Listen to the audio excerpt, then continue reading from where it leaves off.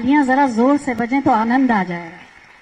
ITC limited Kolkata पश्चिम बंगाल के Shri Suvendu Das ji, CSR state head, 7 crore रुपए का योगदान, और 250 करोड़ का योगदान जिन संस्थाओं ने दिया उन सब के लिए भी आज जोरदार तालियां। माननीय मुख्यमंत्री महोदय के निवेदन को इन्होंने स्वीकार किया। बहुत बहुत धन्यवाद माननीय मुख्यमंत्री महोदय। और अब बारी है डीबीटी के माध्यम से 1,91,00,000 बच्चों के भविष्य को संवारने की, उन्हें ड्रेस, जूता, मोजा, स्वेटर, स्कूल बैग, स्टेशनरी के लिए धनराशि देने के लिए सीधे अंतरण की सुविधा मैं माननीय मुख्यमंत्री महोदय से अनुरोध करूंगी कि 2300 करोड़ की ये धनराशि बटन दबाकर अंतरित करें। 1,91,00,000 छात्र छात्राओं को ये राशि सीधे खाते में जाएगी, उनका भविष्य सुनहरा होगा।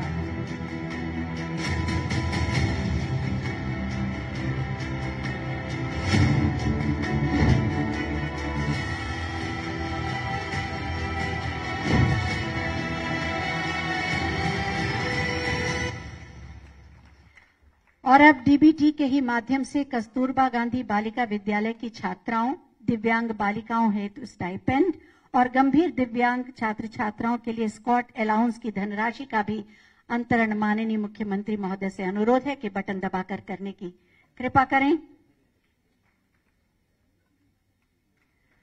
8,18,00,000 की छात्रवृत्ति, लगभग 4 करोड़ का स्टाइपेंड और 6 करोड़, लगभग 7 करोड़ की धनराशि स्कॉट अलाउंस। उन्नत भविष्य की संभावनाओं के सभी द्वार खुल रहे हैं। निपुण प्रदेश और सर्वोत्तम प्रदेश बनने की ओर अग्रसर उत्तर प्रदेश।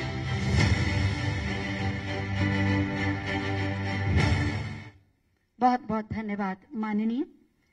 संकल्प, संसाधन, तकनीक और नवाचार माध्यमों से माननीय मुख्यमंत्री जी की सोच, परिकल्पना और मार्गदर्शन में उत्तर प्रदेश ने गुणात्मक शिक्षा के क्षेत्र में बेसिक शिक्षा के माध्यम से कई राज्यों को पीछे छोड़कर लंबी छलांग लगाई। के माध्यम से उन बच्चों और उन अभिभावकों को पैसे ट्रांसफर किए मुख्यमंत्री योगी आदित्यनाथ ने, जिनके पास स्कूल जाने के लिए, स्कूल ड्रेस के लिए, किताब कॉपी के लिए पैसे नहीं है, और करीब 1.91 बच्चों को इससे फायदा पहुंचेगा और डायरेक्ट डीबीटी के जरिए अकाउंट में पैसा पहुंचा है। 1,200 रुपए राशि तय की गई है और अब मुख्यमंत्री को भी हम सुनेंगे कि वो क्या कहते हैं, क्योंकि लगातार उनकी कोशिश यही है कि बच्चों को अच्छी शिक्षा मिले।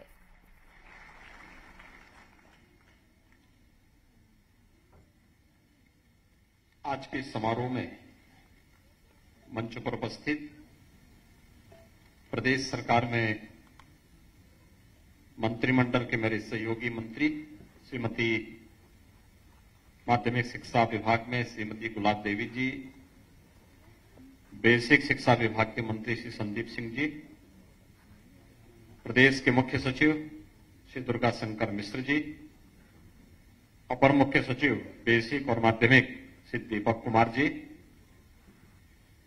बेसिक शिक्षा विभाग के सभी अधिकारीगण,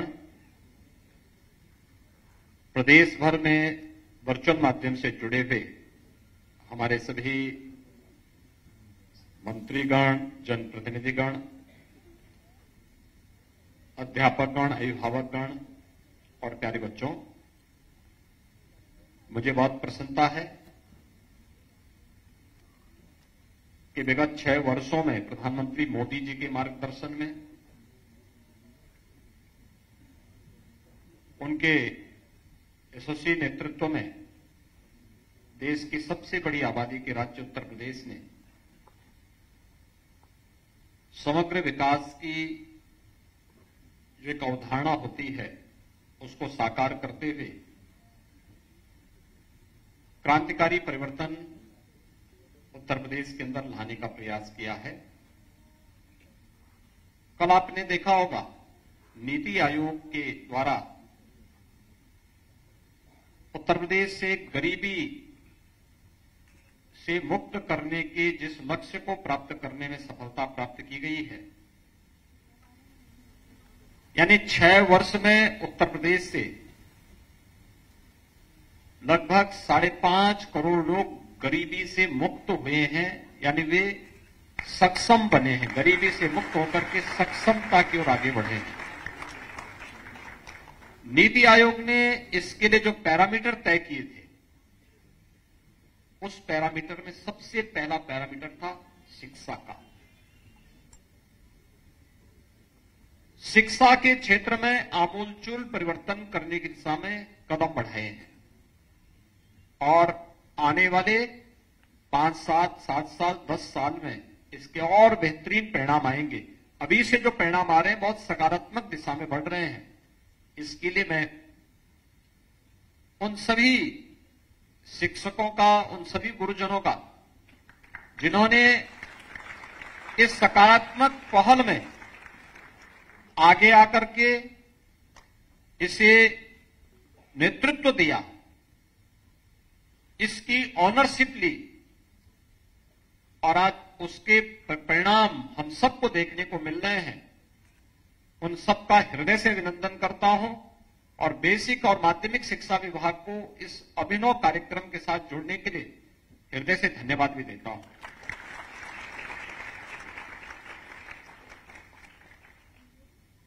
आपने देखा होगा कल शिक्षा के क्षेत्र में जो हमारे खास तौर पर एस्पिरेशनल डिस्ट्रिक्ट थे, उसमें व्यापक परिवर्तन आए। आज समाचार पत्रों में आप थोड़ा देखना, उसमें नीति आयोग ने जो आंकड़े जारी किए हैं, बहुत परिवर्तन हुए हैं और सचमुच ये परिवर्तन के आप सब वाहक हैं। इसके लिए मैं उन सभी विभागों को, जिन्होंने प्रधानमंत्री मोदी जी के इस विजन को अपने विभाग का मिशन बना करके उस लक्ष्य की प्राप्ति करने में योगदान दिया है, वे सभी धन्यवाद के पात्र हैं। आज बहुत सारे कार्यक्रमों के साथ बेसिक शिक्षा परिषद यहां पर आया है और इनमें आपने देखा होगा कि अभी अनेक कार्यक्रम हुए हैं। इन सब कार्यक्रमों के बारे में अपर मुख्य सचिव बेसिक शिक्षा ने भी, बेसिक शिक्षा विभाग के मंत्री जी ने भी, माध्यमिक शिक्षा विभाग की मंत्री जी ने भी अपनी बात को बहुत विस्तार से आपके सामने रखा। सबसे महत्वपूर्ण यह है कि 2017 के पहले जिस बेसिक शिक्षा परिषद के विद्यालयों में बच्चे आने से डरते थे, लोगों में उत्साह नहीं था, गिरावट लगातार बढ़ती जा रही थी, आज वहां पर विद्यार्थियों की संख्या बढ़ती हुई दिखाई देती है। 6 वर्ष में 3 वर्ष का समय लगभग हमें कोरोना जैसी महामारी का सामना करने में व्यतीत हुआ, लेकिन इन 6 वर्षों में लगभग 55 से 60 लाख बच्चे अतिरिक्त बेसिक शिक्षा परिषद के विद्यालयों में अतिरिक्त आए हैं। इतने नए बच्चों का नामांकन हुआ है, यानी जो लगभग 1 करोड़ 30 से 34 लाख तक के बच्चे बेसिक शिक्षा परिषद से जुड़े हुए पहली से 8वीं तक की क्लासेस में पढ़ते थे, आज उनकी संख्या बढ़ करके 1 करोड़ 91 लाख को पार कर चुकी है और इस संख्या को अभी बढ़ाने के साथ साथ ड्रॉप आउट को लगातार कंट्रोल करना, क्योंकि अक्सर होता है 5वीं के बाद 8वीं के बाद ये बच्चे स्कूल नहीं जा पाते और खासतौर पर बेटियों के मामले में ज्यादातर देखने को मिलता है, अभिभावक नहीं भेजते।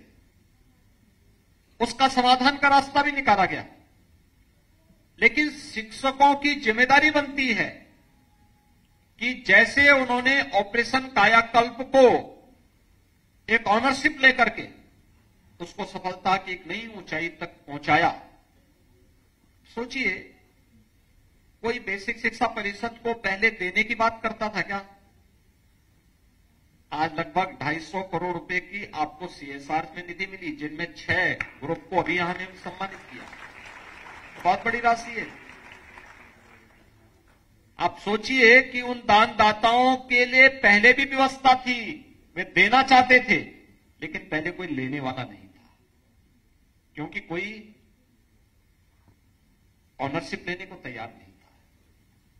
कोई ये तैयार नहीं था कि हम इस कार्य को आगे बढ़ाएंगे, ये जानने को तैयार नहीं था। मैं बार बार इस बात को कहता हूं कि हमारा सबसे पवित्र मंदिर वह होना चाहिए जहां से हमारा परिवार चल रहा है, हमारी आजीविका चल रही है। सबसे पवित्र स्थल वह हमारा होना चाहिए। और जब ये भाव हमारे अंदर आ जाए तो हम वास्तव में अपनी ऋषि परंपरा की उस पीढ़ी का प्रतिनिधित्व कर रहे हैं जिसने हमें इस बात की प्रेरणा दी कि माता भूमि पुत्रोहम पृथिव्या, जिसने हमें इस बात की शिक्षा दी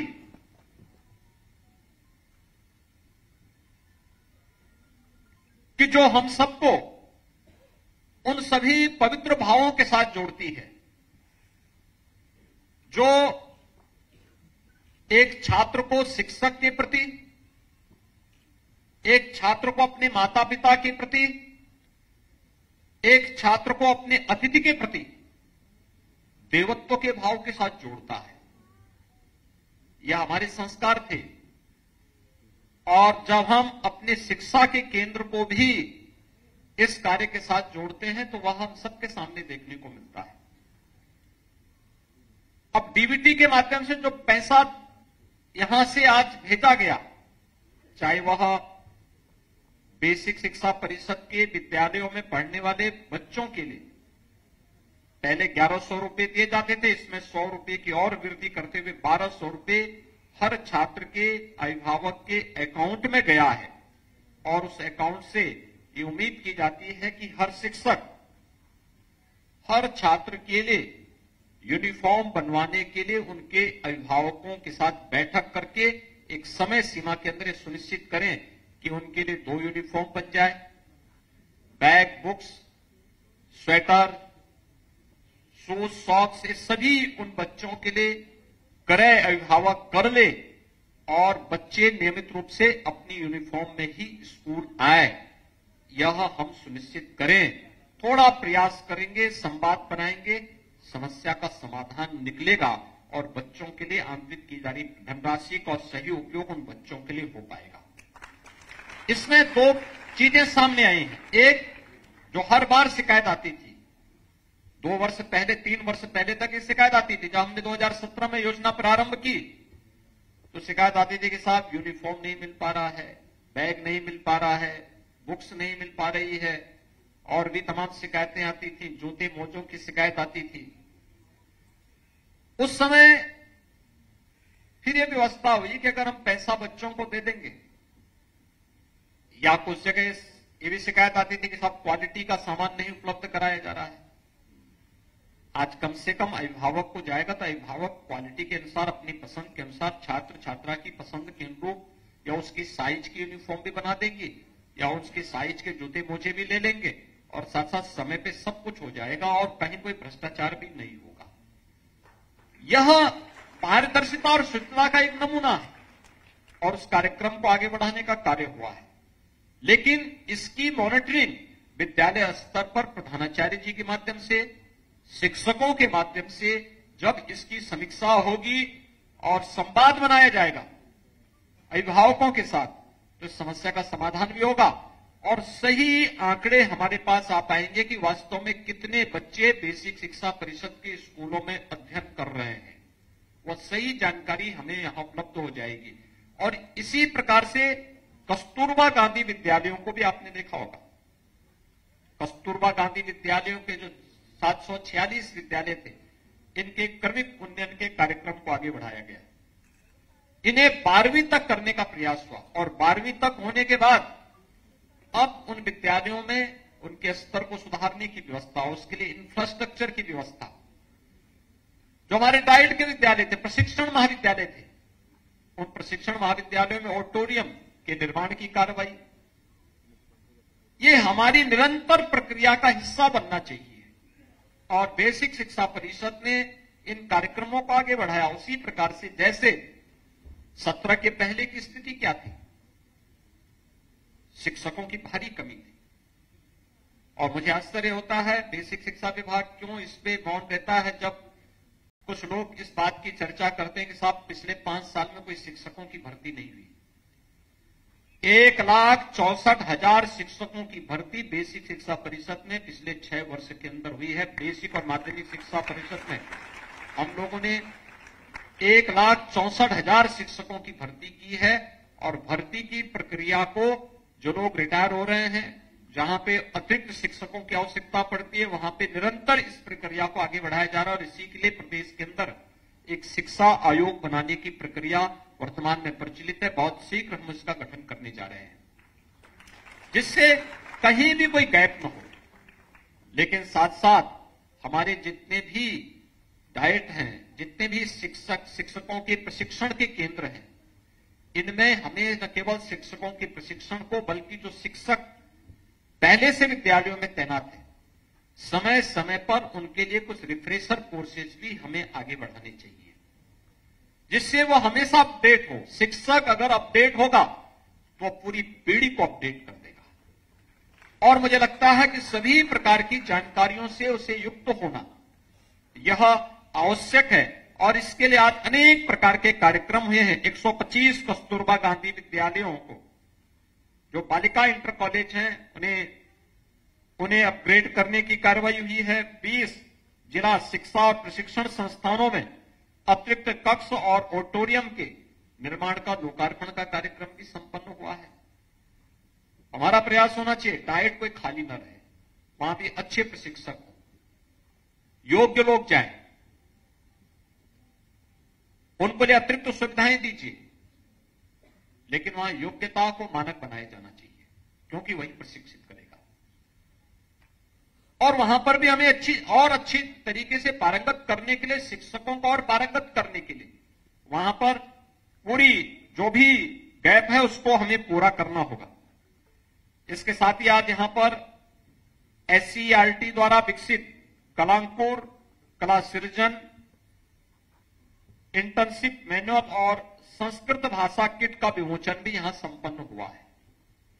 ये जो पुस्तकें आज यहां विमोचित हुई हैं भी, मैं चाहूंगा हर विद्यालय में ये उपलब्ध कराए जाएं और विद्यालयों में उपलब्ध करवाने के साथ ही शिक्षक उन्हें जरूर देखें, बच्चों को उससे परिचित कराएं। न केवल सीखने के, अब स्वयं भी सीखने की जिज्ञासा होनी चाहिए, बल्कि छात्र छात्राओं को भी उसके साथ जोड़ने का कार्य अगर आप करेंगे तो उससे काफी अच्छी जानकारी आपको मिलेगी। लर्निंग बाय डूइंग कार्यक्रम के अंतर्गत शिक्षक मैनुअल का विमोचन भी आज हुआ है। ये जो लर्निंग बाय डूइंग, जो यहां पर आज शिक्षक मैनुअल का विमोचन का कार्यक्रम संपन्न हुआ है, हर शिक्षक इसको एक बार जरूर देखें। समय लगेगा, लेकिन आपने अगर शिक्षा को अपने कैरियर का हिस्सा बनाया है तो समय तो आपको देना पड़ेगा। प्री प्राइमरी के लिए कोलोकेटेड आंगनबाड़ी केंद्रों को IIT गांधीनगर के सहयोग से आज यहां पर जो विकसित किया गया है वंडर बॉक्स, 2 आंगनबाड़ी केंद्रों को प्रदान किया गया है। और प्री प्राइमरी के रूप में आंगनबाड़ी केंद्रों को विकसित करने के लिए हम लोगों ने बहुत पहले कहा था। कोविड के कारण इस समयबद्ध तरीके से आगे नहीं बढ़ पाया है, लेकिन हमें इसको आगे बढ़ाना ही होगा। ये न्यू होगी हमारी बेसिक एजुकेशन की। और जहां पे आंगनबाड़ी में आंगनबाड़ी कार्यकर्ती उन बच्चों के साथ समय देती हैं, उन्हें प्रशिक्षित करती हैं, बहुत अच्छी सकारात्मक दिशा में उन बच्चों के मन में स्कूल के प्रति एक बहुत सकारात्मक भाव पैदा होता है। वे स्कूल जाने के इच्छुक दिखते हैं।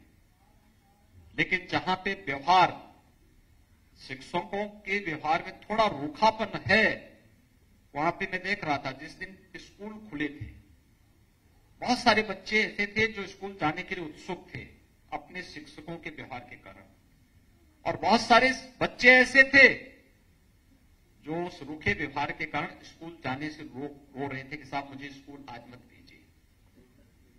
यानी ये चीजें दिखती हैं।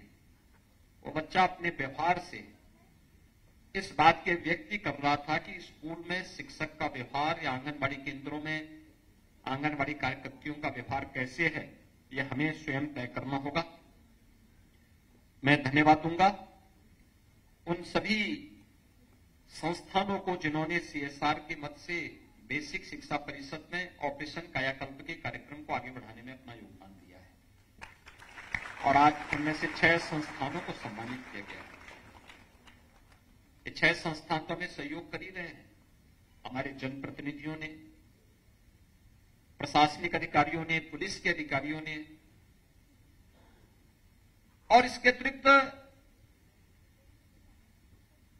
समाज से जुड़े हुए मानिंदों ने, शिक्षा विभाग के अधिकारियों ने भी, शिक्षकों ने भी रुचि लेकर के ऑपरेशन कायाकल्प के कार्यक्रम को सफलता की नई ऊंचाइयां दी है। कोई कल्पना करता था बेसिक शिक्षा परिषद के विद्यालय 2017 के पहले जिसमें पेड़ उगे होते थे, झाड़ियां उगी होती थी, काई जमी होती थी, आज बहुत अच्छी पेंटिंग के साथ में बच्चों की रचनात्मक अभिव्यक्ति को बढ़ाने में अपना योगदान दे रही है। अभिभावक अपने बच्चों को स्कूल में भेजना चाहता है, उसके मन में अब एक जिज्ञासा पैदा हुई है और अनेक कार्यक्रम बेसिक शिक्षा परिषद ने निपुण भारत कार्यक्रम के साथ जो कार्यक्रम आगे बढ़ाए हैं, इसने तो बहुत ही सकारात्मक योगदान इस दिशा में दिए हैं और ऑपरेशन कायाकल्प को और सकारात्मक दिशा में आगे बढ़ाने के लिए भी जो आज यहां पर सीएसआर के मद से जिन संस्थानों ने योगदान दिया है, मैं उन सबको हृदय से धन्यवाद देता हूं, उनका अभिनंदन करता हूं और विश्वास व्यक्त करता हूं कि सीएसआर की निधि का इससे बेहतर उपयोग हो ही नहीं सकता है कि हम अपनी पीढ़ी को बना रहे हैं। ये देश की नींव को मजबूत बनाने का कार्यक्रम है और उस नींव को इस रूप में मजबूत बनाने का काम हो रहा है। डीबीटी के माध्यम से आज यहां पर आपने देखा होगा कि 1200 रुपये प्रति छात्र 1,91,00,000 बच्चों को, मैं जब इस संख्या को देखता हूं तो मुझे बहुत सारे देशों की जनसंख्या याद आने लगती है कि यहां बेसिक शिक्षा परिषद में ही हमारे पास 1,91,00,000 बच्चे अध्ययन कर रहे हैं और बहुत सारे देशों की इतनी आबादी नहीं है, इतने हमारे यहां बच्चे हैं। लेकिन हमारी जिम्मेदारी बनती है कि जो बच्चे अधूरे में स्कूल छोड़ देते हैं, ड्रॉप आउट को रोकना।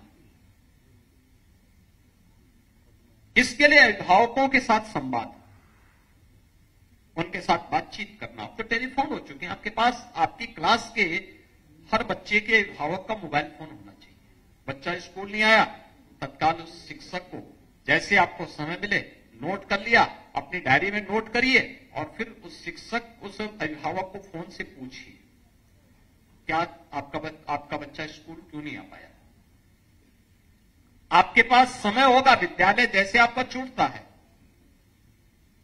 अच्छा होगा, 24 घंटे होते हैं, आप 6 घंटे 4 घंटे 6 घंटे स्कूल में देते हैं, 2 घंटे और सही गांव में तो बच्चा होगा, गांव में ही उसके घर होते हुए आ जाइए, हो सकता है उसके स्वास्थ्य खराब हो, आप उसमें कुछ योगदान दे सकते हो, आप उसको सही राह दिखा सकते हैं कि बुखार है या कोई बात है तो उसको तत्काल प्राथमिक स्वास्थ्य केंद्र या सामुदायिक स्वास्थ्य केंद्र में पहुंचाइए, लापरवाही न हो। या हो सकता है परिवार में कोई घटना घटित हुई हो, आप जाएंगे, आप उनके प्रति अपनी संवेदना व्यक्त कर दें, आपके प्रति एक सम्मान का भाव जागृत होगा उन बच्चों के, उन परिवार के लोगों के मन में। एक सकारात्मक दिशा में हम उसको आगे बढ़ाने का कार्य करें और यह ड्रॉप आउट को रोकने का एक माध्यम होगा।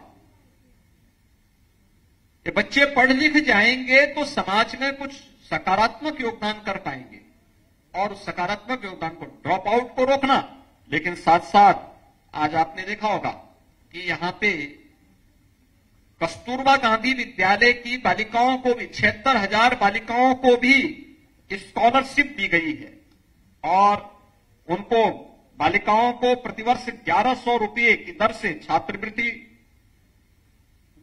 19,553 दिव्यांगजनों को 2,000 रुपये का स्टाइपेंड और 11,364 ऐसे बच्चे जो बिना सहायता के विद्यालय आने में समर्थ हैं, नियमित विद्यालय आने हेतु प्रेरित करने के उद्देश्य से 6,000 रुपये के स्कॉट अलाउंस की डीबीटी का भी आज यहां पे हमने वो धनराशि डीबीटी के माध्यम से उनके अकाउंट में भेजी है।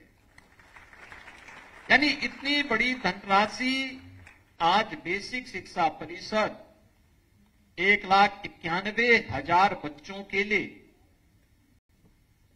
तो 2300 करोड़ रुपए की राशि उनके यूनिफॉर्म के लिए, जूता मोजा के लिए, बैग के लिए ये उपलब्ध करवाया है। कस्तूरबा गांधी विद्यालय के 76,000 बालिकाओं के लिए भी 1100 रुपए प्रतिवर्ष की राशि उनके अकाउंट में जा रही है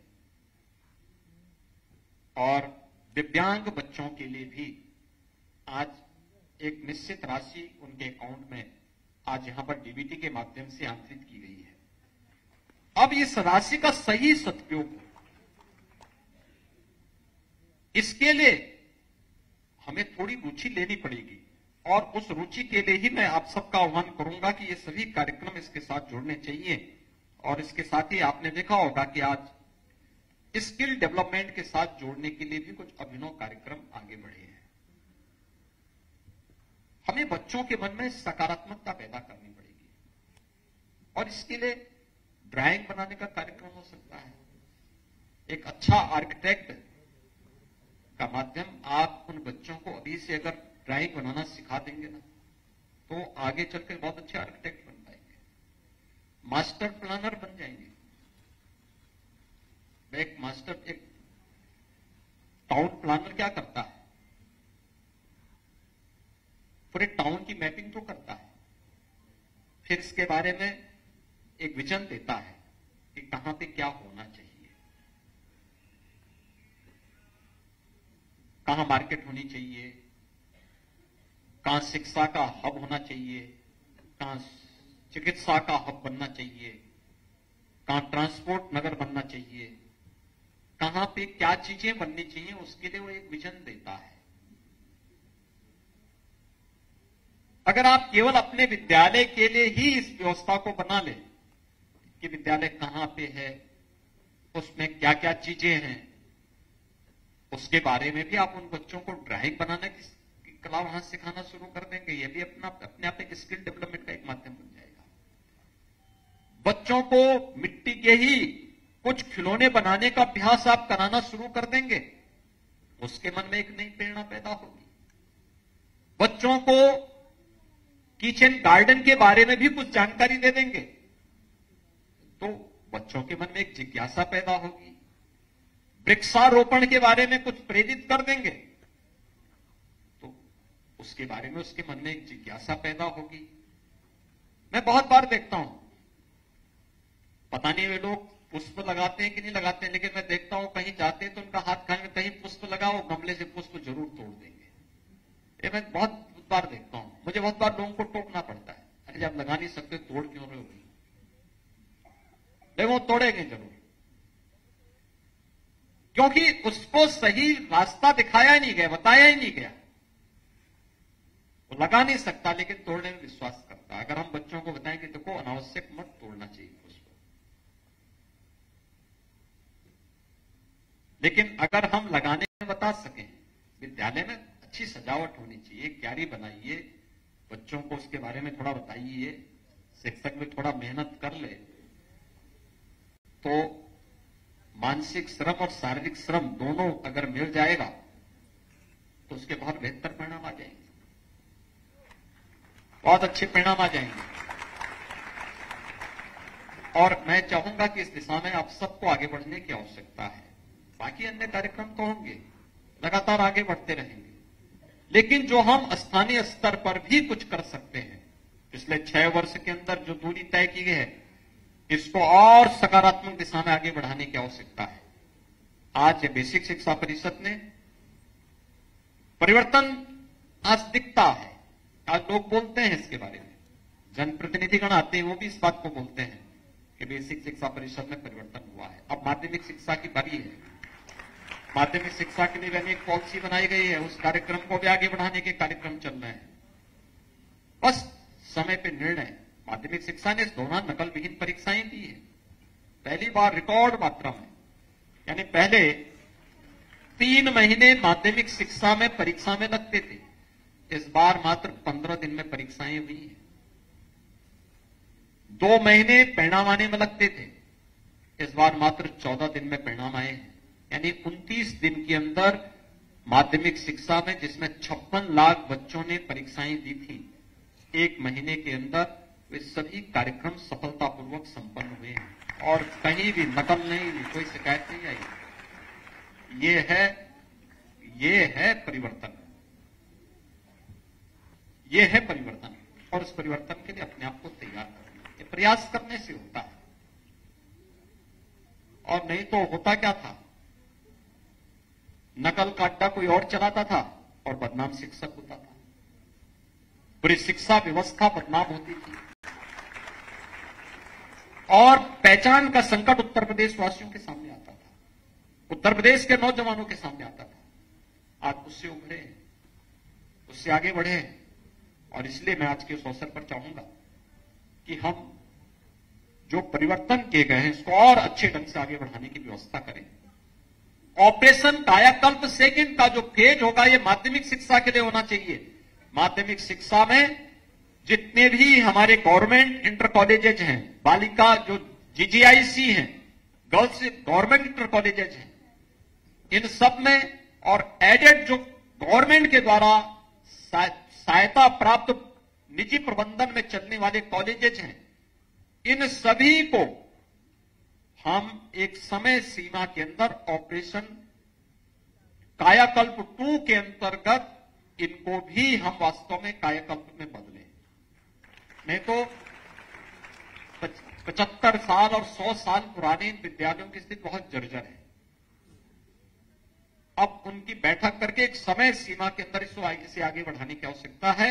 और इसके साथ ही संस्कृत विद्यालय जो जर्जर स्थिति में है, माध्यमिक शिक्षा परिषद के माध्यमिक शिक्षा विभाग के माध्यम से उन सब के बारे में भी एक कार्य योजना ला करके उन सभी को भी जो हमने स्कीम लागू की है समय से उसको आच्छादित करके क्वालिटी कवर को, कार्य की गुणवत्ता में और कार्य की समयबद्धता में कोई समझौता न हो और उसको हम समयबद्ध ढंग से आगे बढ़ाने का कार्य करेंगे तो उसके बेहतर परिणाम आएंगे।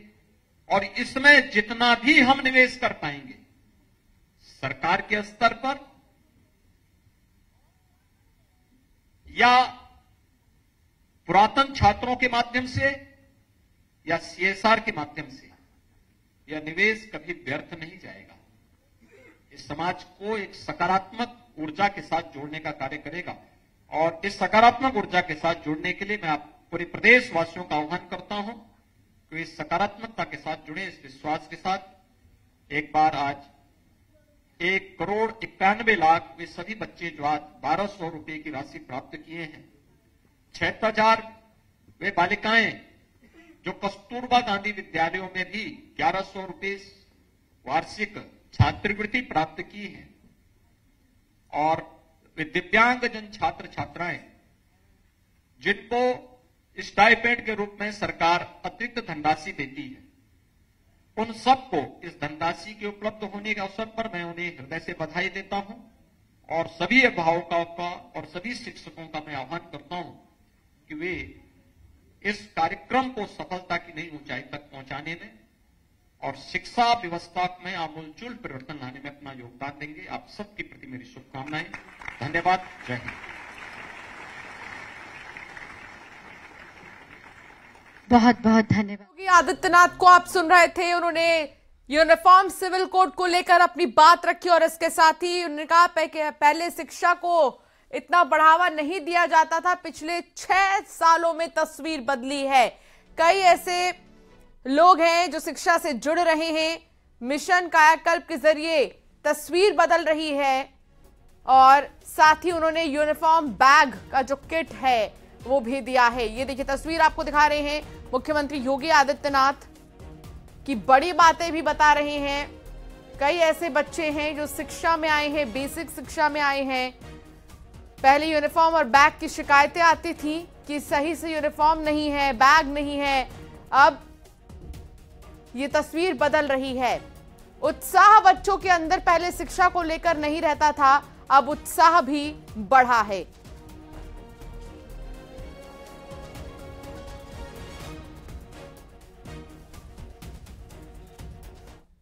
ये है न्यूज़ 18 नेटवर्क। आप देख रहे हैं न्यूज़ 18 उत्तर प्रदेश उत्तराखंड।